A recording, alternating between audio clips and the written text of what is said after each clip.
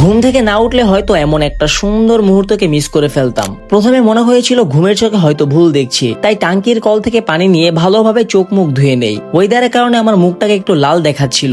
এত সকালে রংধনু আকাশে এভাবে আমি প্রথমেই দেখলাম। পরে সকাল 11টার দিকে রিক্সা নিয়ে চলে যাই পূরবী। টুকটাক কাজ সেরে এলাকায় চলে আসি এবং সেখানেই দেখি বেলপুরি, তাই বেলপুরি খেয়ে নেই। আসলে ফুচকা আর বেলপুরি এমন একটা জিনিস যা প্রতিদিন না খেলে নয়। বেলপুরিওয়ালাকে আগেই বলে দিয়েছিলাম যেন বেশি ঝাল না দেয়। লাঞ্চ শেষ করে বাসে উঠে পড়লাম উত্তরা যাওয়ার জন্য। আমার সাথে ছিল রাকিব।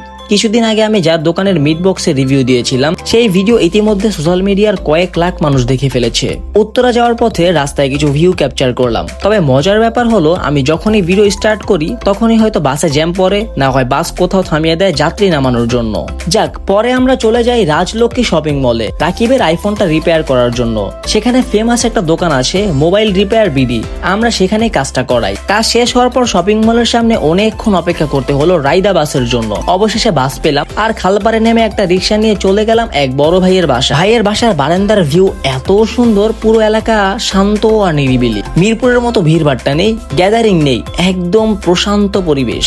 সেখানে রাকিবের ফোনটা 3U দিয়ে ফ্লাশ মারি। তবে ফোনে আরো কিছু প্রবলেম ছিল। সৌদি থেকে আরেক বড় ভাই আছেন, উনি সফটওয়্যার ইঞ্জিনিয়ার। ভিডিও কলে উনি বলে দিচ্ছিলেন কিভাবে কি করতে হবে। অনেকক্ষণ যাবত চেষ্টা করার পরও একটা প্রবলেম ঠিক হচ্ছিল না, ফলে সবার মাথার টেম্পারেচার বেড়ে যাচ্ছিল। তাই একটু বিরতি নিয়ে আমরা সবাই চা খেয়ে নেই।